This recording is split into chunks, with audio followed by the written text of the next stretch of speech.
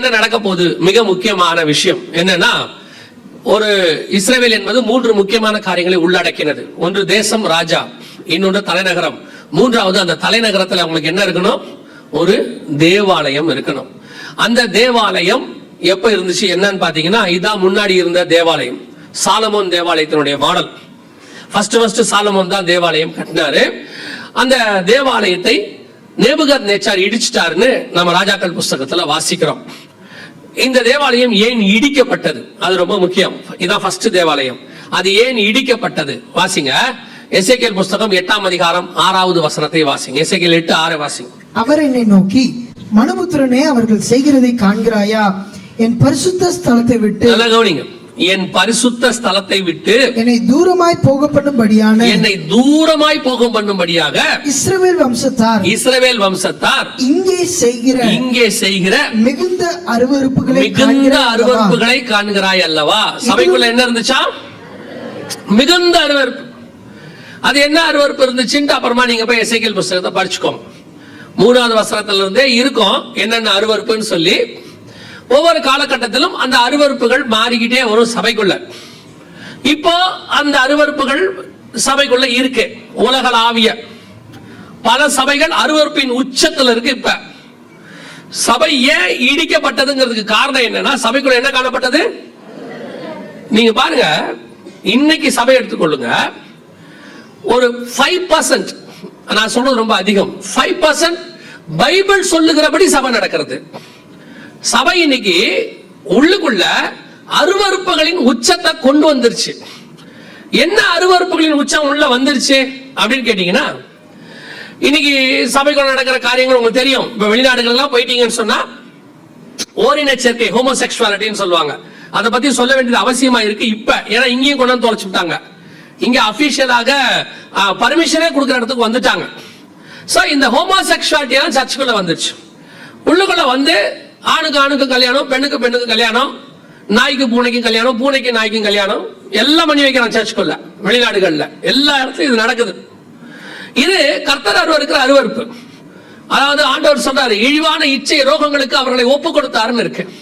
சோதோம்ல நடைபெற்றதான பாவம் இது சபைக்குள்ள வரக்கூடாது. ஆனா இன்னைக்கு என்னன்னு பாத்தீங்கன்னா, 90% சபைகள் வெளிநாடுகள் கூட, தமிழ் இந்தியால கூட நிறைய சபைகள் அதை அக்செப்ட் பண்ற இடத்துல இருக்கு. என்ன பண்றது? என்ன அது எப்படி தப்பு? கர்த்தர் அவர்களையும் நேசிக்கிறார். இப்போ சொல்றேன், கர்த்தர் பாவியை தான் நேசிக்கிறாரு, பாவத்தை நேசிக்கல. புரியுதா? இப்போ உங்களுக்கு அந்த ஒரு லைன் அவங்க ஒரு டிஃபரன்ஸ் வச்சிருக்காங்க, அதை மட்டும் புரிஞ்சுக்கோங்க. எல்ஜிபிடின்னு சொல்றாங்கல்ல, அதுக்கு என்ன காரணம் கேட்டீங்கன்னா, அந்த டிரான்ஸ்ஜெனரேஷன் எல்லாம் சொல்லுவாங்க, இந்த லெஸ்பியன் இப்படிலாம் சொல்லுவாங்க. இதுல வந்து திருநங்கைகள் ஒண்ணு சொல்றாங்க, அவங்களை கொண்டு வந்து ஓரின சேர்க்கையோட சேர்த்துக்கிறாங்க. ஓரின சேர்க்கைக்காரங்க சப்போர்ட் பண்ணிக்கிறாங்க. திருநங்கைனா இயற்கையாகவே அவங்க பாடியில என்ன இருக்குது? பிரச்சனை இருக்குது. பிறக்கும் போதே குரோமோசோம் ப்ராப்ளம் இருக்கு. ஆனா ஓரின சேர்க்கை என்பது இயற்கையான பாவம் இல்ல. அவங்களுக்கு புத்தி மங்கி போச்சு, புத்தி கேடுகளா நிறைஞ்சிருச்சு. இப்ப ஒரு பீரியட்ல அது தப்புன்னு தெரிஞ்ச உடனே அவங்க விட்டுட்டு என்ன பண்ணிடுறாங்க? மாறிடுறாங்க. ஆனா திருநங்கைகளால என்ன செய்ய முடியாது? ஏன்னா அவங்க பாடி அது பாவம் இல்ல, அவங்களோட சரீரத்தில் இருக்கக்கூடியதான பலகீனம். ஆனா இது பாவம். இந்த பாவத்தை இவங்க என்ன பண்றாங்கன்னா, இந்த பலகீனக்காரங்களோட சேர்ந்துக்கிட்டு அவங்கள மாதிரியே தான் எங்களுக்கும் கிடையாது. ஓரின சேர்க்கை பாவம். நார்வேக்கு போயிருந்த போது அது அங்க கவர்மெண்ட் வந்து ஏற்றுக்கொண்டது, சபைகளோ அதை அங்கீகரிக்கிறது, கிறிஸ்தவர்கள் பலர் அங்கீகரிக்கிறார்கள். அப்போ அதை சொன்னா அஃபென்ஸ் சொல்லக்கூடாது, சபை சொல்லணும். அது கவர்மெண்ட் ரூல் என்ன வேணா இருந்துட்டு போட்டோம். பைபிள் ஒரு பாவத்தை பாவம் சொல்லுது, அது பாவம் தான். யோசித்து கொள்ளுங்க, சோதோம் கொள்ள அந்த பாவம் இருக்கு, நம்ம எல்லாருக்கும் தெரியும். அத்தனை பேரும் அது சரிங்கிறான், லோத்து ஒருத்த மட்டும் பாவங்கிறான். இப்ப எது கரெக்ட்? எல்லாரும் சொல்றதுனால பாவம் சரி ஆயிடாது. சொல்றது புரியுதா? எல்லாரும் செஞ்சுட்டாங்க, அதனால பாவம் என்ன ஆயிடாது? சரி ஆயிடாது. அத்தனை பேரை ஏசபேல் பந்தியில போய் உட்கார்ந்துட்டாலும் ஒரு எலியா சொல்லிக்கிட்டா இருப்பான், இது பாவம் பாவம் பாவம் சொல்லிக்கிட்டா இருப்பான். ஒரு நாள் வரும், ஏசபேல் பந்தியில உட்கார்ந்தவனே அக்கினி இறங்கி பட்சிக்கும், பட்டயத்தால் வெட்டப்படுவார்கள் சொல்லி பைத்தியமார ஒருத்த கத்திக்கிட்டு இருந்தால, அவனை கர்த்தர் உயிரோடு கூட மேகத்தின் மேல் கொண்டு போய் விடுவார். அதான் உண்மை. சத்தியத்துக்கு ஒரு நாள் விட்டு கொடுக்காதீங்க. எல்லாரும் சொல்றாங்கன்றதுனால தப்பு சரியாயிடாது. நீங்க தப்புனா பைபிள் தப்புன்னு சொன்னா தப்புதான். அது யார் சொன்னாலும் சரி, தப்பு தப்பு தான். அது இல்ல, நம்ம காலத்துக்கு ஏத்த மாதிரி அட்ஜஸ்ட் பண்ணி போனோம், நம்ம அது கொஞ்சம் அப்படி பிளெக்சிபிளா இருக்கணும். இந்த பிளெக்சிபிள் அட்ஜஸ்ட்ங்கிறதுலாம் வெளியே, சபைக்குள்ள பிளெக்சிபிளும் கிடையாது, அட்ஜஸ்ட். ஏன் தெரியுமா? சபையை பிளெக்ஸ் பண்ண முடியாது, அட்ஜஸ்ட் பண்ண முடியாது. இது இயேசுவோடைய மனவாட்டி. இத பிளெக்ஸும் அட்ஜஸ்டும் பண்றது நம்ம யாரு? அவர் ரத்தத்தால் கழுவப்பட்டிருக்கிறது. இப்போ சொன்னேன், சபை என்பது கட்டடம் அல்ல, நீங்கள் தான் அவருடைய ரத்தத்தால் மீட்கப்பட்டீர்கள். நீங்க உட்கார்றதுக்கு இப்படி ஒரு இடம், நாளை கூட்டம் அதிகமாச்சுன்னா இன்னும் பெரிய இடம், அதுவும் பெரிய கட்டடமே. You are the church. So நீங்க கர்த்தருக்கு முன்பாக எப்படி இருக்கீங்கன்றது தான் முக்கியம். இன்னைக்கு சபைகளுக்குள்ள அருவருப்புனா வந்துருச்சு. அவங்க நாட்டுல அப்படி, இப்ப நம்ம நாட்டுக்கு வந்து இங்க வேற விதமான அருவருப்பு. யோசிச்சு பாருங்க, நோவா காலத்துல ஒரு பாவம் இருந்துச்சு, அது இயேசு சொல்றாரு. என்ன பாவம் இருந்துச்சு? மத்திய 27:37-38 சொல்றாரு, புசித்தும் குடித்தும் பெண் கொண்டும் பெண் எடுத்தும். பெண் கொண்டும் பெண் எடுத்தும் பாவமா? கல்யாணம் பண்றது தப்பா? அப்படிதான் சொல்றாரு. ஏன் சொல்றாரு? பெண் கொண்டும் பெண் எடுத்தும். கல்யாணம் பண்றது தப்பு இல்ல, அது கர்த்தரே உண்டாக்கிறது. விவாகம் யாவருக்குள்ளும் கனம் உள்ளதா இருக்கு. பெண் எப்படி எடுக்கணும்னு சொல்றாரு. நோவா காலத்துல எப்படி எடுத்தாங்களா? தேவபுத்திரர் மனுஷகுமாரத்திகள் அதிக சௌந்தரியம் உள்ளவர்கள் என்று கண்டு தங்களுக்குள்ளே பெண் கொண்டார்கள். கர்த்தர் சொல்றாரு, என் ஆவி மனுஷனோடு கூட போராடுவதில்லை. இது அப்படியே இன்னைக்கு இயேசு வர காலத்துல என்ன இருக்கு? இன்னைக்கு சபைக்குள்ள என்ன வருது? அருவருப்பு. என்ன அருவருப்பு? உலகத்துல இருக்கக்கூடியதான மியூசிக்கையும் உலகத்துல இருக்கக்கூடிய வர்ஷிப்பையும் அவங்க யூஸ் பண்ணக்கூடியதான டெம்ப்ளேட்ஸையும் இங்க கொண்டு வந்து இவங்க கிறிஸ்தவத்தோட மிக்ஸ் பண்றாங்க. அதுக்கு என்ன சொல்றாங்க? பல நாட்டு மியூசிக்க கேட்டு கொண்டு வந்து சபைக்கு கொடுத்தா இன்னைக்கு உள்ளவங்களை அது தக்க வச்சு கொண்டதுக்கு, என்டர்டைன் பண்றதுக்கு யூஸ்ஃபுல்லா இருக்கும்ன்றாங்க. இதுதான் நோவா காலத்து பாவம். உலகத்தில் உள்ளதை சபைக்குள்ள கொண்டு வரக்கூடாது. உலகம் புறப்பட்டு போய், சபை புறப்பட்டு போய் உலகத்தை சபை மாதிரி மாத்தணும். உலக சபைக்குள்ள வந்து சபை உலகமா மாறக்கூடாது. இன்னைக்கு அங்க இருக்கக்கூடிய காரியங்களை கொண்டு வந்துடுறாங்க. அங்க இருக்கக்கூடியதான வர்ஷிப் மெத்தட் வேர்ல்ட்ல இருக்கு. அவங்க பலவிதமான மெத்தட்ஸ் வச்சிருக்காங்க. அந்த ராக், ஜாஸ், அது இதுன்னு எவ்வளவு இருக்கு, அதை கொண்டு வந்துறாங்க. இன்னும் ஒரு பெரிய கொடுமை என்ன தெரியுமா? அங்க ரட்சிக்கப்படாதவனை கூட்டு வந்து இங்க வாசிக்க வைக்கிறான். அங்க ரட்சிக்கப்படாதவனை கூட்டு வந்து இங்க பாட வைக்கிறான். கேட்டா சாங் குவாலிட்டியா வரணும்னு. யோசிச்சுக்கொள்ளுங்க, இங்க குவாலிட்டி முக்கியம் இல்ல. நான் சொல்றது புரியுதா? இங்க என்ன முக்கியம் இல்ல, குவாலிட்டி முக்கியம் இல்ல, இங்க ஸ்பிரிச்சுவாலிட்டி தான் முக்கியம். உனக்கு குரல் நல்லா இல்லாம இருக்கலாம், ஆனா கர்த்தருடைய நாமத்தில் பாடும்போது அதுல மகிமை வெளிப்படும். அநேகரை ரட்சிக்க கர்த்தர் வல்லமை உள்ளவராய் இருக்கிறார். குரல் நல்லா இருக்கு, நல்லா வாசிக்கிறான், நல்லா கிட்டார் வாசிக்கிறான், நல்லா கீபோர்டு போறான்னு ஆண்டவருக்குள்ள இல்லாதவனை கூட்டிட்டு வந்துட்டீங்க, தொலைஞ்சுது. அதுதான் அந்நிய அக்கினி உள்ள வரதுக்கு சமம் பலிவிடத்துக்குள்ள. இந்த அருவருப்பு இன்னைக்கு சபைக்குள்ள இருக்கு. அநேகருக்கு என்ன தெரியும் தேவைப்படுது? இப்போ குவாலிட்டி. ஏன்னா இப்போ வந்து குவாலிட்டி காலங்க, பயங்கரமா குவாலிட்டி காட்ட வேண்டி இருக்கு. ஒரு சபை கட்டுறதா இருக்கட்டும், அல்லது ஒரு வர்ஷிப் நடத்துறதா இருக்கட்டும், அல்லது ஒரு ப்ரோக்ராம் நடத்துறதாக இருக்கட்டும், அல்லது ஒரு மீட்டிங் நடத்துறதா இருக்கட்டும், அவர்கள் குவாலிட்டியில கான்சென்ட்ரேட் பண்றாங்க. நான் குவாலிட்டி வேணானே சொல்லல. குவாலிட்டி ஸ்பிரிச்சுவாலிட்டியை பாதிக்காம பாத்துக்கணும். ஒருவேளை ஸ்பிரிச்சுவாலிட்டியை பாதிக்கிற குவாலிட்டி நமக்கு தேவையே கிடையாது. Spirituality is very important. நீங்க கோட்டை போட்டுக்கிட்டு தப்பான ஒரு பாட்டை பாடுறதை விட சிறைச்சாலையில கை கால் கட்டப்பட்டு துதித்து பாடும்போது சிறைச்சாலையின் கதவுகள் உடையும். அவன் என்ன ட்ரெஸ் போட்டிருந்தாலும் முக்கியம் இல்ல, ஸ்பிரிச்சுவாலிட்டி.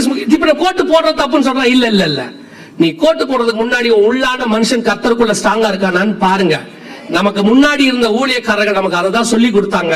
அவங்க வெளியே இருக்கிறதுல கான்சென்ட்ரேட் பண்ணல, ஸ்பிரிச்சுவாலிட்டியில கான்சென்ட்ரேட் பண்ணாங்க. அதுக்கப்புறம் வெளியவும் கான்சென்ட்ரேட் பண்ணாங்க. இங்க வெளியே இருக்கிற கான்சென்ட்ரேஷன் ஸ்பிரிச்சுவாலிட்டியில இல்ல. ஒரு ஊத்துல இருந்து 2 தண்ணி புறப்படாது. ஒரு உலகத்தான குழந்தை இங்க வாசிக்க வச்சிட்டீங்கன்னா அவங்ககிட்ட இருந்து எப்படி ஸ்பிரிச்சுவாலிட்டி வருமா? வராது. குவாலிட்டி வரும். அவனை மாதிரி வாசிக்கவே முடியாது, அவனை மாதிரி வாசிக்க முடியாது.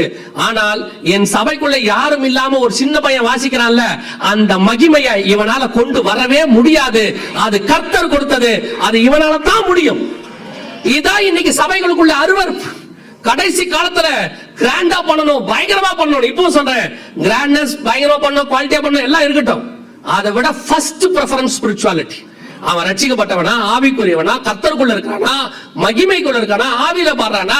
நீ ஸ்பானிஷ் மியூசிக்க கொண்டு வரியோ இல்ல கொண்டு போய் நீ வந்து மெக்சிகன் மியூசிக்க கொண்டு வரியோன்றது முக்கியம் இல்ல. கர்த்தர் சமூகத்தில் காத்திருக்கிறவனா இருக்கிறியா, அதுதான் முக்கியம். நமக்கு பரிசுத்தவான்கள் சாரல் நோரஜமாவா இருக்கட்டும், இல்ல ஃபாதர் பெக்கமன்ஸா இருக்கட்டும், அவர்கள் பரலோகத்திலிருந்து பாட்டை கொண்டு வந்து கையில கொடுத்தாங்க. அவங்க வேற எந்த நாட்டுல இருந்து கொண்டு வரல. 40 நாள் உபவாச ஜெபம் இருந்து பரலோகத்துல டியூன் கொண்டு வந்து கொடுத்தாங்க.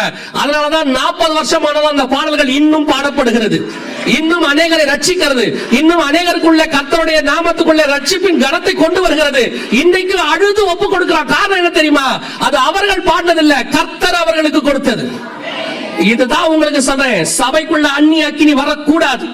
அருவருப்பு வந்துச்சுன்னா கர்த்தர் சபையை இடிச்சு போடுவார். அந்த 8ஆம் அதிகாரத்தை நீங்க வாசிக்கிறீங்க இல்லையா, அந்த சபை இல்லாமலே போயிருச்சு. திருப்பி 70 வருஷம் கழிச்சு ஆண்டவர் திருப்பி சபையை கட்டும்படி செருபாபேலுக்கு சொல்றார். செருபாபேலும் யோசுவா என்கிற ஆசாரியனும் கர்த்தர் ஆவியை ஏவின மனுஷர்களும் சேர்ந்து மீண்டும் ஒரு 2வது தேவாலயம் கட்டினாங்க. இந்த தேவாலயம் என்னவா மாறிடுச்சு. திருப்பி அந்த தேவாலயம் ஒரு கல்லின் மேல் ஒரு கல் இல்லாதபடிக்கு இடிக்கப்பட்டு போச்சுன்னு வசனம் சொல்லுது. மத்திய 24:2. என்ன காரணம் வாசிங்க. மத்திய சுவிசேஷம் 21ஆம் அதிகாரம் 12வது வசனம்.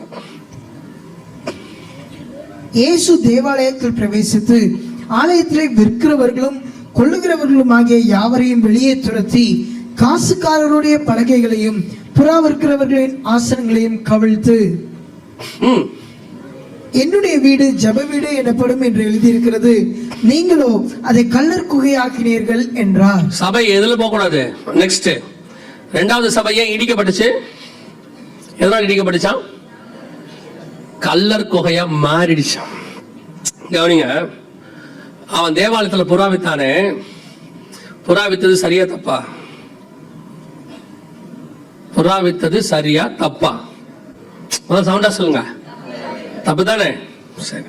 இப்ப புறா ஏன் வித்தான்? பலி செலுத்துறதுக்காக வித்தாங்க. வர ஜனங்களுக்கு புறா அங்கேயே வித்தோம்னா வாங்கி பலி செலுத்துறதுக்கு ஈஸியாக இருக்கும். சோ அவங்க தேடி அலைய வேண்டாம். சோ புறா கொடுத்தோம்னா அவங்களே ஈஸியா வித்துவாங்க. இப்ப சொல்லுங்க, புறா வித்தது சரியா தப்பா? சரி மாதிரியும் தெரியுது, தப்பு மாதிரியும் தெரியுது. ஏன்னா இயேசு தப்புன்னு சொல்லிட்டாரு, ஆனா கேட்கறதுக்கு எப்படி இருக்கு? சரி மாதிரி தான் இருக்கு. ஆமா, பலி செலுத்துக்கு தானே புறா அங்கதானே வித்தாங்க. இப்ப எப்படி இருக்கும் பாருங்களேன். இப்போ பலி செலுத்துறதுக்கு கிளம்புறோம். இப்போ கிளம்பும் போது வீட்டுல இருக்க எப்படி கேட்பாங்க, எப்பா பலிக்கு புறா வாங்கிட்டீங்களா? சர்ச்சு வாசல்ல பிரதர் லாசர் கடை வச்சிருக்காருமா, அவர்கிட்ட சொல்லிட்டேன், நல்ல புறாவா எடுத்து வச்சிருப்பாரு. ஏமா போகும்போது கேட்பாங்க, எப்பா எடுத்து வச்சிருப்பாரா? பயங்கர ரஷ்ஷா இருக்குப்பா, எல்லாரும் பூரா ஆர்டர் கொடுத்துருக்க போறாங்க, அதெல்லாம் வச்சிருப்பாருப்பா. போனா பிரதர் லாசர் வச்சிருக்காரு. பிரதர் புறா ரெடியா இருக்கு பிரதர், எவ்வளவு? 100 ரூபா. என்ன பிரதர் 100 ரூபாங்கிறீங்க? அங்க pastor Simpson, sorry pastor brother Samson கடை வச்சிருக்காரு, அங்க 80 ரூபா தான் சொன்னாரு அப்படின்னா. அது வேற புறா, இது மாடப்புறா. இது பலிக்காகவே நாங்க தனியா வளர்க்குறோம். புடிச்சு பாருங்க பிரதர், கொஞ்சம் லைட் வெயிட்டா இருந்தா கொடுங்களேன். இவ்வளவு வெயிட் வேணாம், பலிக்கு தானே கொடுக்குறோம். வீட்டுக்கு நான் கூட பரவாயில்ல, நல்லா கொழு கொழுன்னு வாங்கிட்டு போலாம். இது 1 டைம் பலி தான், பார்த்து சொல்லுங்க பிரதர். இப்ப சொல்லுங்க, இது சரியா தப்பா? சபையில பலி செலுத்த வரவன் அதுக்குரிய கனத்தோடு போய் வாங்கிக்கிட்டு பயபக்தியா கொண்டு வரணும். ஏன் பலி தெரியுமா? அந்த புறா கொடுக்கும் போது அவனுக்குள்ள ஒரு உணர்வு வரணும், என் பாவத்துக்காக இந்த புறா பலியாகிறது, இதன் மூலம் என் பாவம் மன்னிக்கப்படுகிறது அப்படின்னு அவன் அதுக்காக காத்திருந்து புறாவை கொண்டு வரணும். இப்ப நீங்க ஆலயத்திலே புறா வித்துட்டீங்கன்னா அவன் ஆலயத்துக்கு வர்ற வரைக்கும் அவனுக்கு பாவ உணர்வே வராது. 10க்கு சபை என்னவா மாறிடுச்சு, இப்ப பிசினஸ் சென்டரா மாறிடுச்சு. அப்ப புறா வாங்கிறதுக்கு காசு இல்லையா, பக்கத்திலே வட்டிக்கு ஒருத்தர் காசு கொடுக்குறாரு. அங்க பிரதர் லாசர் கடை வச்சிருக்காரு, அவரு 2 வட்டி தான், வெளியே அநியாய வட்டி, அவர் நல்ல வட்டி. இப்ப நம்மளுக்கு சபைக்குள்ள வட்டி கொடுறவங்க கேட்டு பாருங்க, கர்த்தர் அநியாய வட்டிக்கு தான் விடக்கூடாது சொல்லியிருக்காரு. எங்கேயாவது நல்ல வட்டிக்கு விடலான்னு சொல்லியிருக்காரா? கேட்டு பாருங்க. இன்னைக்கு சபைக்குள்ள எல்லா அக்கிரமும் நடக்குது. இப்போ ஆண்டவர் சொன்னது என்னன்னா, நீ புறா வாங்க வேண்டியது வெளியே தான், சபைக்குள்ள இல்ல. அதை நீ போய் வெளியே வாங்கி பயபக்தியா கொண்டு வரணும். அதையும் தாண்டி search is not on a commercial center. இது வியாபாரம் பேசக்கூடிய இடம் அல்ல, கர்த்தரை ஆராதிக்கிற ஸ்தலம். இங்க வேற சத்தம் கேட்கவே கூடாது. பாருங்க, ஆசாரிப்பு கூடாரம் கட்டும் போதும் சரி, ஆலயம் கட்டும் போதும் சரி, கர்த்தர் திருப்பி ஒரு வார்த்தை சொல்லுவாரு, உள்ளுக்குள்ள வச்சு தகரத்தை தட்டாதேம்பாரு. அடிக்கும்போது உள்ள என்ன செய்யாத, தட்டாத, வெளியே செஞ்சு உள்ளே கொண்டு வாம்பார். கர்த்தருக்கு அதோட அர்த்தம் என்னன்னா, ஆசாரிப்பு கூடாரத்துக்குள்ள கர்த்தரை ஆராதிக்கிற ஆராதனை சத்தம் மட்டும்தான் கேட்கணும், வேற எந்த சத்தமும் சபைக்குள்ள கேட்க கூடாதுன்னு அர்த்தம். இன்னைக்கு சபை பிசினஸ் சென்டரா மாறிடுச்சு. புறா விற்கிறது தப்புனா புறா பிரியாணி விற்கிறதும் தப்பு தான். இன்னைக்கு என்னன்னு கேட்டீங்கன்னா, புறா வித்தா தானே தப்பு, புறா பிரியாணி வித்தா தப்பு இல்ல. புறா தான் உயிரோடு இல்லையே. நமக்கு நாம என்ன வாங்கிட்டோம், திருப்பி சபை என்னவா மாறிடுச்சு, கமர்ஷியல் சென்டர்ஸ். நாம நிறைய வியாபாரிகளா மாறிட்டே இருக்கிறோம். சபைக்குள்ளே வியாபாரம் நடக்குது. சபைக்குள்ள வந்து எம்எல்ஏ பண்ணிட்டு இருக்காங்க, மல்டி லெவல் மார்க்கெட்டிங். சபைக்குள்ள உட்காந்து விசுவாசிய 4 பேரா புடிச்சிட்டு இருக்காங்க. அவர் ஆராதனை நடத்திட்டு இருக்காரு, ஆவியை ஊத்தும்னு. இவர் கேட்கிறாரு, பிரதர் சைன் பண்ணிடுவோமா, ஒரு 400-4000 ரூபாய் தான், நீங்க 4 பேரை புடிச்சா போதும், ஒரே வருஷத்துல நீங்க லட்சாதிபதி ஆயிரலாம். அவரு எழுப்புதல்ங்கிறாரு, இவரு வீடு கட்டிடலாங்கிறான். இதுவும் எங்க நடக்குது, சர்ச்சுக்குள்ள பின்னாடி உட்காந்துக்கிட்டு. உங்களை சொல்லல, பொதுவா சொல்றேன். பின்னாடி உட்காந்துக்கிட்டு இவர் எப்படியாவது சபையை ஆண்டவருக்குள்ள நடத்தணும் அக்னியா பேசிக்கிட்டு அவன் சொல்றான், பிரதர் கார் வாங்கிட்டோம், வீடு வாங்கிட்டோம், என்ன பிரதர் சோத்திரத்தோட போடுங்க பிரதர் கையெழுத்தா. எங்க சர்ச்சுக்குள்ள சபை இன்னைக்கு என்னவா மாறிட்டு இருக்கு, உலக பிரகாரமாயும் சரி, ஸ்பிரிச்சுவலும் சரி, கமர்ஷியல் சென்டரா மாறிக்கிட்டு இருக்கு. நல்லா தெரிஞ்சுக்கொள்ளுங்க, கர்த்தர் உடனே எதுவும் கேட்கலன்றதுனால கண்டும் காணாதவரை போல இருக்கிறார் என்று அர்த்தம் அல்ல. கர்த்தர் உடனே சொல்லிட்டாருன்னா நல்லது. ஒரு பாவம் வந்த உடனே கர்த்தர் உணர்த்திட்டாருன்னா எப்பவுமே நல்லது. ஒரு அடி கொடுத்து திருத்திட்டாருன்னா நல்லது. நீ பாவம் செஞ்சும் கர்த்தர் ஒண்ணுமே செய்யாம இருக்காருன்னா நீ ரொம்ப கேர்ஃபுல்லா இருக்கணும். எங்கேயோ உன்னை ஊரை விட்டு அடிக்க போறாருன்னு அர்த்தம். நிஜம். தாவீது செஞ்ச உடனே ஆள் அனுப்பிட்டார் தானே, அவ்வளவுதான். அது சொல்லிட்டு அனுப்பிட்டாருன்னா ஓகே, திருந்திட்டோம், சரி எந்த தப்போ திருந்திட்டோம், மன்னிச்சிட்டாரு, அதோட வேலை முடிஞ்சு.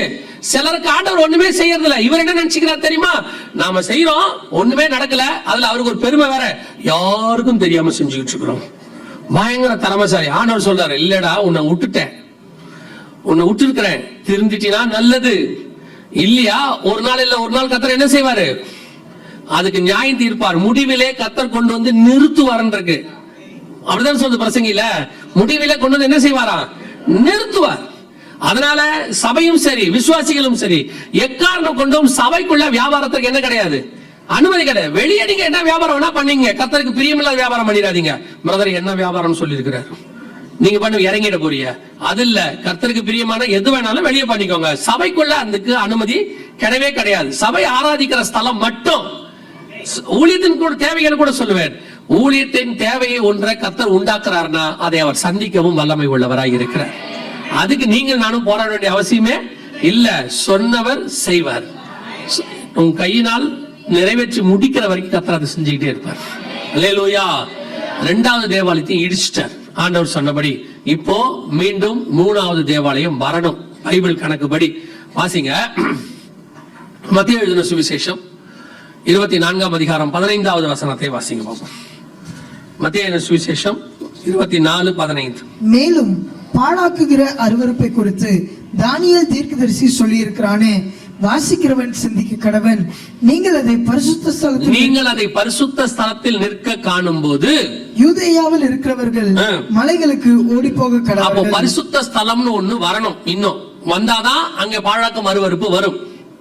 இப்ப பரிசுத்த ஸ்தலம் இன்னும் இல்ல. அங்க 3வது என்ன வரணும், அங்க ஒரு தேவாலயம் பரிசுத்த ஸ்தலம் வரணும். எங்க வரணும், நல்ல கவனிங்க, இந்த இடத்துல வரணும். இதான் மிக முக்கியமான இடம். இங்க நீங்க பாக்குறீங்க பாத்தீங்களா, அந்த இடத்துல வரணும். முதல் தேவாலயம் 2வது தேவாலயம் இருந்த இடம் அதுதான். இப்ப அந்த இடத்துல வேறொரு வழிபாட்டு தலம் இருக்கிறது. அந்த இடத்துல தான் 3வது தேவாலயமும் வர வேண்டி இருக்கிறது. இப்ப இந்த இடம் இருக்கு பாத்தீங்களா, இங்கதான் இதோட ஹிஸ்டரி 1 மினிட்ல சொல்ற தெரிஞ்சுக்கோங்க. இங்கதான் 22ஆம் அதிகாரம் ஆதியாகமத்துல ஆபிரகாம் கொண்டு போய் ஈசாக்கை கர்த்தர் மோரியா மலைகள் ஒன்றிலே தனக்கு குறித்த இடத்தில் பலி கொடுக்கும்படி போனான்ல, கர்த்தர் குறித்த இடம் இதுதான். இந்த இடத்துலதான் ஓர்னான் கிட்ட காசு கொடுத்து தாவீது இடத்தை வாங்கினார். இந்த இடத்துலதான் சாலமோன் தேவாலயம் கட்டினார்.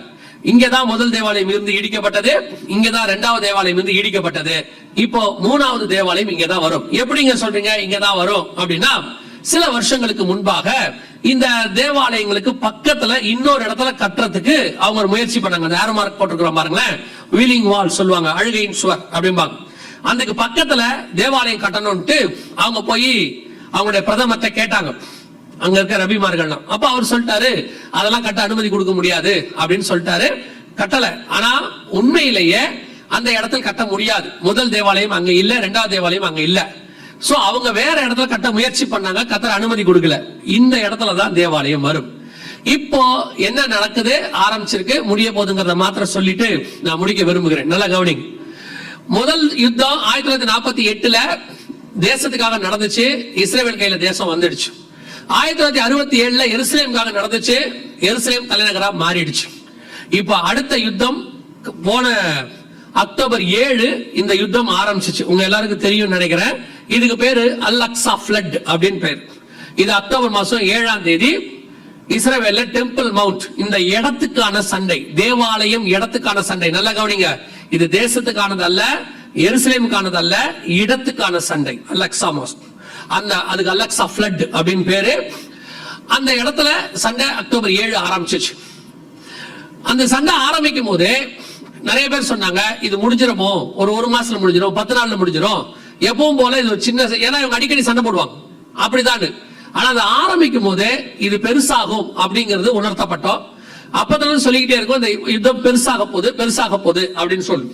இன்னைக்கு இந்த யுத்தம் மிக பெருசாய் மாறிவிட்டது. உங்களுக்கு தெரியும் நினைக்கிறேன், இஸ்ரேல் ஹமாஸ் பிரச்சனை தாண்டி இஸ்ரேல் ஹிஸ்புல்லா பிரச்சனையாக மாறி இன்னைக்கு இஸ்ரேல் ஈரான் பிரச்சனையாக மாறிடுச்சு.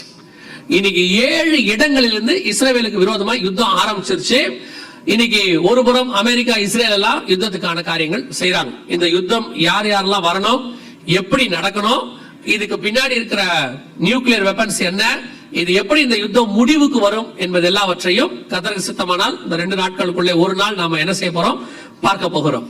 பைபிள்ல தெளிவா இருக்கு 2 அதிகாரத்துல, அதை பத்தி நம்ம பார்க்க போறோம். சோ இப்போ இந்த யுத்தம் என்னவாய் முடியும்ன்றத மாத்திரம் சொல்லிட்டு நான் முடிக்க விரும்புறேன். இந்த இடத்தில் தான் தேவாலயம் வரணும். அதுக்கான யுத்தம் தான் இப்ப ஆரம்பிச்சிருக்கு. இந்த யுத்தம் இன்னும் பெருசாக மாறும்.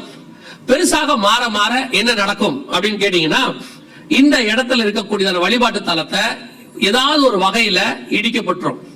அதாவது அது இஸ்ரேல் இடிக்குதா இல்ல யாருக்கு ராக்கெட் இடிக்குதா தெரியாது. ஆனா கண்டிப்பாக இந்த வழிபாட்டு தலம் இடிக்கப்பட்டு இந்த இடம் மீண்டுமாக இஸ்ரேல் வசம் ஒப்படைப்பதற்கான காரியம் நடக்கும். அதற்கான யுத்தம் மிக பெருசா இருக்கும். நீங்க நினைக்கிற மாதிரி சாதாரணமா இல்ல. அடுத்த சில வருஷங்கள் மிக மோசமான வருஷங்கள் உலகத்துக்கு, மிக மிக மோசமான வருஷம். யுத்தம் கர்த்தருக்கு சித்தமானால் 3ஆம் உலக யுத்தமா இது இருக்கும். சோ உலகளாவிய மிகப்பெரிய காரியம் நடக்கும். அதனுடைய முடிவில் இந்த இடம் இஸ்ரேல் வசம் போகும். அது நடக்கிறதுக்கு இன்னும் எத்தனை வருஷம் ஆகும் தெரியாது, ஆனால் போகும். அந்த இடம் போகும்போது மீண்டுமாக இங்கே அவர்கள் தேவாலயம் கட்ட ஆரம்பிப்பார்கள். தேவாலயம் கட்ட ஆரம்பிக்கிறதுக்கு ஃபர்ஸ்ட் என்ன செய்வாங்கன்னா, ஒரு பலிபீடத்தை கொண்டு வந்து இங்க வைப்பாங்க. நான் சொல்றேன் கவனிங்க, இது எதுவும் கதை கிடையாது. பைபிள்ல உள்ள தீர்க்க தரிசனத்தை மொத்தத்தையும் ஸ்பீஸ் பண்ணி நேரம் இல்லாதனால உங்களுக்கு வரிசையா டைம் லைனா சொல்றேன். இந்த யுத்தம் உச்ச நிலையில் அடையும் போது ஒண்ணு இந்த வழிபாடு தலம் இல்லாமல் போகும், அதுக்கப்புறம் யுத்தம் உச்ச நிலைக்கு போகும். முடிவில் அதை இஸ்ரவேல் வசம் இந்த இடத்தை ஒப்படைப்பாங்க. ஒப்படைச்ச பிறகு இந்த இடத்துல ஒரு பலிபீடம் கட்டுவாங்க. அதுதான் சபைக்கான மிக முக்கியமான அடையாளம், பலிபீடம் கட்டுவாங்க. இது என்ன அடிப்படையில நீங்க சொல்றீங்க, எந்த வசனத்தின் அடிப்படையில சொல்றீங்க அப்படின்னு கேட்டா, வாசிங்க லூக்கா எழுதின சுவிசேஷம் 21ஆம் அதிகாரம் 24வது வசனத்தை வாசிங்க. லூக்கா 21:24 வாசிங்க. பட்டய கருக்கினாலே விழுவார்கள், சகல புறஜாதிகளுக்குள்ளும் சிறைப்பட்டு போவார்கள், புறஜாதியாரின் காலம் நிறைவேறும் வரைக்கும். புறஜாதியாரின் காலம் நிறைவேறும் வரைக்கும். புறஜாதியாரின் காலம்னா என்ன அப்படின்னு கேட்டீங்கன்னா, இந்த இடத்துல தேவாலயம் இருந்து, இங்கே நியாயப்பிரமாணம் இருந்து, இங்கே பலி செலுத்தி கொண்டிருந்த காலம் வரைக்கும் இருந்துச்சு. எப்போ நம்முடைய காலம், சபை காலம் வந்துடுச்சோ, இந்த தேவாலயம் இடிக்கப்பட்டுருச்சு. அங்க இருந்தது நியாயப்பிரமாணம் ஸ்டாப் ஆயிடுச்சு, பலி ஸ்டாப் ஆயிடுச்சு. 7 சபைன்னு சொல்றோம் இல்லையா வெளிப்படுத்துற விசேஷத்துல, 7 சபையும் எங்க இருக்குது? துருக்கியில இருக்கு. எபேசு, சிமிர்னா, பெர்கமு, தியத்தரா, சர்தை, பிலடெல்பியா, லவோதிக்கா. 7 சபை எங்க இருக்குது? துருக்கி, புறஜாதியாருக்கு போயிருச்சு. சரி, அது அப்படியே இப்படி எடுத்துக்கோங்க. பவுல் 7 சபைகளுக்கு தான் நிருபம் எழுதுறார். ரோமர், கொரிந்தியர், கலாத்தியர், எபேசியர், கொலோசையர், பிலிப்பியர், தெசலோனிக்கேயர், 7 சபைக்கு எழுதுறார். இந்த 7 சபையும் புறஜாதியார்ல தான் இருக்கு. ஒண்ணு கூட எங்க இல்ல? இஸ்ரவேலுக்கு உள்ள இல்ல, எல்லாமே இஸ்ரவேலுக்கு வெளியே இருக்கு. வெளிப்படுத்துற விசேஷ சபையும் எங்கதான் இருக்கு? இஸ்ரவேலுக்கு வெளியே இருக்கு. சோ இது புறஜாதியாருக்கான காலம், நம்ம காலம் எல்லாமே புறஜாதியாருக்கு எழுதப்பட்டது. அதை இடிச்சு பலி நிறுத்திட்டு இப்ப நம்ம கிட்ட கொடுத்திருக்கிறாரு. இப்ப திருப்பி அதை இடிச்சிட்டு தேவாலயம் வரப்போகுது. அதாவது மீண்டும் நியாயப்பிரமாணம் 7 வருஷம் வரப்போகுது. அப்படி வரப்போகுதுன்னா புறஜாதியார காலம் நிறைவாக போகுதுன்னு அர்த்தம். சொல்றது புரியுதா? சோ இது கீழே விழுறத நீங்க பாத்துட்டீங்கன்னா லூக்கா 21:24 நிறைவேற போகிறதுன்னு அர்த்தம். புறஜாதியாரின் காலம். இப்ப நீங்க உலக பிரகாரமா எடுத்துக்கிட்டீங்கன்னா இந்த எருசலேம் முழுக்க இஸ்ரவேல் ஹோலி சைட்டா வச்சிருந்தாங்க ஒரு காலத்துல. இந்த வழிபாடுதல் இருக்கிறதுனால மற்ற மதக்காரங்களும் வந்து போயிட்டு இருக்காங்க. சோ இது இல்லைன்னா அவங்க இந்த இடத்த முழுக்க அவங்க எடுத்துருவாங்க, யாரையும் உள்ள விடவே மாட்டாங்க. இப்ப வசனத்தின்படி புறஜாதியாரின் காலம் நிறைவேறும் வரை எருசலேம் புறஜாதியாரால் மிதிக்கப்படும். இது இல்லைன்னா அதுக்கப்புறம் என்ன செய்யாது? மிதிக்கப்படாது. டோட்டலா அவங்க கண்ட்ரோல் எடுத்துருவாங்க. சோ எல்லாத்துக்கும் இது ஒரு அடையாளம், நமக்கு அடையாளம் தான். இப்பவும் சொல்றேன், இது இருக்கிறதுனாலயோ வெல்றதுனாலயோ நமக்கு எந்த விதமான பிரயோஜனமும் இல்ல. எருசலேம் தேவாலயம் கட்டுறதுனாலயும் உங்களுக்கு எனக்கும் பிரயோஜனம் இல்லை. ஏன்னா எருசலேம் தேவாலயத்துக்கு நமக்கு எந்த சம்பந்தமும் இல்ல. அது அவங்களது, யூதர்களது. அது நியாய பிரமாணம், நமது சுயாதீன பிரமாணம். நாம் தான் சபை. இதெல்லாம் ஏன் சொல்றோம்னா இது தீர்க்க தரிசனமாய் பைபிள்ல உள்ளது. இது நடக்கிறதை நீங்கள் காணும் போது 21-24 ஒரு பலிபீடம் கட்டுறதை நீங்க பாப்பீங்க. அதான் லாஸ்ட். அதோட அவங்க பலி ஆரம்பிச்சிடும், நம்ம காரியம் முடிவுக்கு வந்துருச்சுன்னு அர்த்தம். இப்ப புரியுதா? இப்ப லூக்கா 21-24 வாசிங்க இல்லையா? 28 வாசிங்க. இப்ப லூக்கா 21-28. இவைகள் சம்பவிக்க தொடங்கும் போது உங்கள் மீட்பு சமீபமாக இருப்பதால் நீங்கள் நிமிர்ந்து பார்த்து உங்கள் தலைகளை உயர்த்தி. அப்ப இதெல்லாம் சம்பவிக்க ஆரம்பிக்கும் போது என்ன ஆகுது? ஒரு மீட்பு சமீபமாக இருக்கிறது என்று அர்த்தம். இவைகள் எல்லாம் சம்பவிக்க ஆரம்பிக்குதுன்னா ஒரு மீட்பு சமீபமாக இருக்குன்னு அர்த்தம். இவை சம்பவிக்க ஆரம்பிச்சிடுச்சுன்னு அர்த்தம். இப்ப சம்பவிக்க தொடங்கும் போது இருக்குல்ல, தொடங்கிடுச்சு. எப்ப தெரியுமா? போன அக்டோபர் 7 தொடங்கி கிட்டத்தட்ட 10 மாசம் ஆக போகுது. இது அப்படியே தொடர்ச்சியாகி ஈரான் கூட இன்னும் சில நாடுகள் சேரும். கடைசியா ரஷ்யா வரும். நாளைக்கு பார்ப்போம். இதெல்லாம் சேர்ந்து ஒரு மிகப்பெரியதான காரியத்தை முடிவு கொண்டு வந்து கடைசியா இவங்க எல்லாம் என்ன செய்ய போறாங்கன்னா இந்த இடத்தை கொண்டு போய் அவங்க கையில ஒப்படைக்க போறாங்க. அந்த இடத்துல ஒரு பலிபீடம் கட்ட போறாங்க. இவைகள் சம்பவிப்பதை நீங்கள் காணும் போது, அதான் பலிபீடம் கட்டுறதும் பைபிள்ல இருக்கு. இவைகள் சம்பவிக்கிறதை நீங்கள் காணும் போது, அங்க வசனம் என்ன சொல்லுது? உங்கள் மீட்பு. இதுதான் வசனம் சொல்லுது. நீங்க வாசிச்ச மத்திய 24-32-33 இவைகளை எல்லாம் நீங்கள் சம்பவிப்பதை காணும் போது அவர் வாசல் அருகே சமீபமாய் வந்திருக்கிறார் என்று அர்த்தம். லூக்கா 21-28 மத்திய 24-32 நம் கண்களுக்கு முன்பு. இப்பவும் சொல்றேன், இதெல்லாம் ஒரு காலத்துல நடக்கும்னு சொல்லிட்டு இருந்தோம்.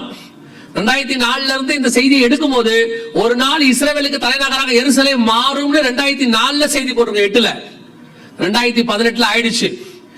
நாங்க தீர்க்க தரிசனம் சொல்றது இல்ல, நான் தீர்க்க தரிசியும் இல்ல. பைபிள்ல உள்ள தீர்க்க தரிசனத்தை எக்ஸ்பிளைன் பண்றோம், அவ்வளவுதான். பைபிள் சொன்னபடி தேசம் வந்தாச்சு, ராஜா வந்தாச்சு, தலைநகரம் வந்துருச்சு. இது எல்லாமே இந்த 70 வருஷத்துக்குள்ளதான் நடந்திருக்கு. வித்தின் தி 70 years, 6 years. இப்ப கடைசியா தேவாலயத்துக்கான சண்டையும் ஆரம்பிச்சிருச்சு. அந்த இடத்தை அவங்க எடுக்கும் போது தேவாலயத்தை 3வது வருவாங்க. அக்கிரமத்தின் ரகசியம் இப்பொழுதே கிரியை செய்கிறது, தடை செய்கிறவன் நடுவில் இருந்து நீக்கப்படும் முன்னே அது வெளிப்படாது. சபை எடுத்துக்கொள்ளப்படுகிற காலம் வந்துருச்சு. நம்ம கண்ணுக்கு முன்னாடி கடைசி காலத்துல ஏற்பட வேண்டிய யுத்தம், சபை காலத்துக்கு முன்னாடி நடக்க வேண்டிய யுத்தம் எல்லாம் ஸ்டார்ட் ஆயிடுச்சு. இதை விட சபைக்கு வேற அடையாளங்கள் சொல்ல வேண்டிய அவசியமே இல்ல. இது நமக்கான மிக முக்கியமான டைம். என்னது? ஆயத்தப்படுறதுக்கான டைம், அவ்வளவுதான். இப்போ சொல்றேன், உங்களுக்கு கொடுத்திருக்கிற டைம் ஒன்லி ஆண்டவரை சந்திக்கிறதுக்கான டைம் மட்டும்தான். எலிசா சொல்வாரு, ஒலிவ தோப்புகளையும் தோட்டங்களையும் துறவுகளையும் திராட்சை தோட்டங்களையும் வாங்குவதற்கு இது காலமோ? கர்த்தர் கொடுத்தா வாங்கிக்கங்க, நீங்க தேடி ஓடாதீங்க. இது நீங்க ரெடி பண்றதுக்கான காலம். நீங்க ரெடி ஆயிட்டே இருங்க. நடுவுல என்னென்னலாம் கர்த்தர் கொடுக்கறாரோ அதை வாங்கிக்கங்க, யாரும் உங்களை தடை செய்யல. ஆனால் அதை தேடி ஓடுற காலம் இது அல்ல. இது தேவனை தேடி ஓடுகிற காலம்.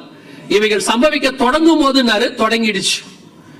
இனி ஆண்டவர் வாசலருகே இருக்கிறவர் தட்டிக்கிட்டு நிக்கிறாரு, கேட்டுக்கிட்டு இருக்கிறீங்க. ஒரு நாள் ஒரு நிமிஷம் மட்டும் கதவு திறக்கப்படும், ஒரு இமை பொழுது மாத்திரம் திறக்கப்படும். காத்திருக்கிற புத்தி உள்ளவர்களை அழைத்துக் கொண்டு போவார், கதவு அடைக்கப்படும். அதற்கு பிறகு நீங்கள் என்ன தட்டினாலும் திறக்காது. இப்ப சில நேரத்துல சபைக்கு இதெல்லாம் சொல்லும் போது ஒரு கதை மாதிரி கேட்கறது. ஏன்னா பிசாசு உங்களுக்கு கொடுத்த மிக முக்கியமான டாஸ்க் என்ன தெரியுமா? எல்லாருக்கும் பிசாசு, நாங்க எங்களை பார்த்து பிசாசு கொடுத்துருக்குன்னு சொல்றீங்களே, அவன் தாவீதே ஏவனா, அவங்களை ஏவ மாட்டானா? வசனம் அப்படித்தானே சொல்லுது, தாவீதை பிசாசு ஏவினான். தாவீது யாருன்னா கர்த்தரை எப்பொழுதும் எனக்கு முன்பாக வச்சிருக்கிறேன்னு சொல்றவர், அவரையே ஏவிட்டான். நம்ம என்னைக்காவது ஒரு நாள் தான் கர்த்தரை முன்னாடி வச்சுக்கிறோம், நம்மளை ஏவ மாட்டானா? பிசாசுக்கு உங்க எல்லாருக்கும் ஒரு டாஸ்க் கொடுத்துட்டான். என்ன கொடுத்துட்டானா, எப்படியாவது ஒரு வீடு கட்டிட்டு தான் சாவணும், எப்படியாவது பிள்ளைகளுக்கு வீடு கட்டி கொடுத்துட்டு தான் சாவணும் அப்படின்னு இந்த கடைசி காலத்துல என்ன செஞ்சுட்டான்? எல்லாருக்கும் ஒரு ஃபியூச்சர் பிளான் இருக்கு. எவ்ரிபடி, எல்லாருக்கும் ஒரு எதிர்கால திட்டம்னு ஒண்ணு போட்டு அந்த திட்டத்தை நோக்கி ஓட வச்சுட்டான். நான் இப்பவும் சொல்றேன், உங்களுடைய காலங்கள் அவருடைய கரத்தில் வரையப்பட்டிருக்கிறது. நீங்க விரும்பினாலும் விரும்பாவிட்டாலும் அவர் திட்டத்தின்படி உங்களை செய்ய வச்சு தான் கொண்டுட்டு போக போறார். அவர் கூட இருந்து நடத்த தான் போறாரு. அவர் சொல்றபடி நடந்துட்டு போயிட்டே இருங்க. நீங்க ஏன் தூக்கி டென்ஷனை தலைக்கு மேல போட்டுக்கிறீங்க? உங்களை வச்சு ஒரு காரியத்தை தேவாலயம் கட்டணும்னு முடிவு பண்ணிட்டாருன்னா, நீங்க செருபாபேலாம் எங்கேயோ சும்மா கிடந்தாலும் கூப்பிட்டு சொல்லுவாரு, என்னுடைய பர்வதாங்க இது கிடக்கு, நீங்க இப்படி இருக்கிறீங்களே போய் கட்டுங்கன்னு சொல்லுவாரு. உங்களை தான் நெகமையா வச்சு அலங்கம் கட்டணும்னு முடிவு பண்ணிட்டாருன்னா எங்கிருந்து கொண்டு உங்களை கட்ட வச்சிடுவாரு. புரியுதா? உங்களை கொண்டு கர்த்தர் செய்யணுங்கிறத நிச்சயம் என்ன செய்வாரு? செய்வாரு. நீங்க ஏன் இப்பவே தூக்கி எல்லாத்தையும் தலைமையில போட்டுக்கிட்டு? சிலர்லாம் பாத்தீங்கன்னா 28-30 வயசு தான் ஆகுது, இப்பவே ஹெல்த் இன்சூரன்ஸ் கட்டுறாங்க. எதுக்கு? 60 வயசுல எனக்கு வியாதி வந்தா என்ன செய்யலாம்? நான் சொல்றேன், 60ல இருப்பீங்களா? கர்த்தருக்கு சித்தமானால் அப்பையும் காப்பாத்திடுவார். நீங்களே என்ன பண்றீங்க தெரியுமா? ஹெல்த் இன்சூரன்ஸ் போட்டு வைக்கிறதாங்க ஞானம். ஞானமா செயல்படணும். அப்ப நீங்க என்ன சொல்ல வரீங்கன்னா, 60 வயசு ஆனா எனக்கு ஒரு வியாதி வரும், அந்த வியாதி வந்த உடனே எனக்கு யூஸ் ஆகும், இந்த காசு யூஸ் ஆகும். நான் என்ன சொல்றேன், வியாதியே வராது, அவ்வளவுதான். வந்துருச்சுன்னா வராது, வந்துருச்சுன்னா வரும். ஏன்னா வந்துருச்சுன்னு சொல்லிட்டே இருந்தா வரதான் செய்யும் இல்லையா? அப்பேற்பட்ட நீதிமான் யோபு, அவர் சொல்றாரு, நான் பயந்தது எனக்கு நேரிட்டது. நீங்க ஏன் பயப்படுறீங்க? நான் சொல்ல புரியுதா? கர்த்தர் பல நேரங்களிலே உங்களை என்னையும் சந்தோஷமா வச்சுக்கணும் தான் நினைக்கிறாரு. நம்ம 60க்கு மேல இப்பவே யோசிக்க தொடங்கிடுறோம், 70க்கு மேல இப்பவே யோசிக்க தொடங்கிடுறோம். 70 அப்ப யோசிக்கவே நிலைமை இல்லாம படுத்து கிடக்கும். அன்றன்றைக்கு உள்ள பாடுகள் போதும், நாளைய தினத்தை குறித்து கவலைப்படாதிருங்கள். நான் சொன்னா இன்னைக்கு இது பைத்தியக்காரத்தனமா தான் இருக்கும், ஆனா வசனத்தின்படி இதுதான் சரி. இன்னைய வரைக்கும் நம்ம வருவோம்னு எதிர்பார்த்தோமா? இல்லதானே, கொண்டாந்துட்டார்ல. இனியும் நடத்த அவர் வல்லமை உள்ளவரா இருக்கிறார். பைபிள் திருப்பி திருப்பி ஒண்ணு சொல்லிக்கிட்டே இருக்கு, கவலைப்படாதீர்கள், கவலைப்படாதீர்கள், கவலைப்படாதீர்கள். கவலைப்படாம இருக்கிறதே பெரிய கவலை ஆயிப்போச்சு. இப்ப எப்படி கவலைப்படாம இருக்கிறது இப்ப என்னவாயிருச்சு? பெரிய கவலை ஆயிப்போச்சு. நான் நல்லா தெரிஞ்சுக்கொள்ளுங்க, காலம் மிக சமீபம். இனி ஆயத்தப்படுவதற்கான நேரம் மட்டுமே இருக்கு. வெகு சீக்கிரத்தில் ஆண்டவர் வரப்போகிறார். ஆயத்தப்படுங்க. ஒப்பு கொடுக்காதவங்க ஒப்பு கொடுங்க. இந்த ஒரு நிர்விசனமான வாழ்க்கை இருக்கிறவங்க கொஞ்சம் சரியாகுங்க. பின்மாற்றத்தில் இருக்கிறவங்க வாங்க, திருப்பி ஆண்டவர்கிட்ட ஒப்பு கொடுங்க. இன்னும் கொஞ்சம் காலம் செல்லும் நினைச்சிருந்தவங்க தெரிஞ்சுக்கோங்க, காலம் செல்லாது, ஆரம்பிச்சிருச்சு, ஸ்டார்ட் ஆயிடுச்சு. நீங்க பாக்குறத பார்த்தா எப்படி இருக்கு தெரியுமா? இதுக்குதான் இந்த ஆள் மீட்டிங்க்கு நான் வரதில்லை. அட்வான்ஸ் கொடுத்துட்டு தான் வந்தேன், வரும்போது இந்த ஆள் இப்படி சொல்றான். உங்க மைண்ட் அப்படித்தானே யோசிக்குது.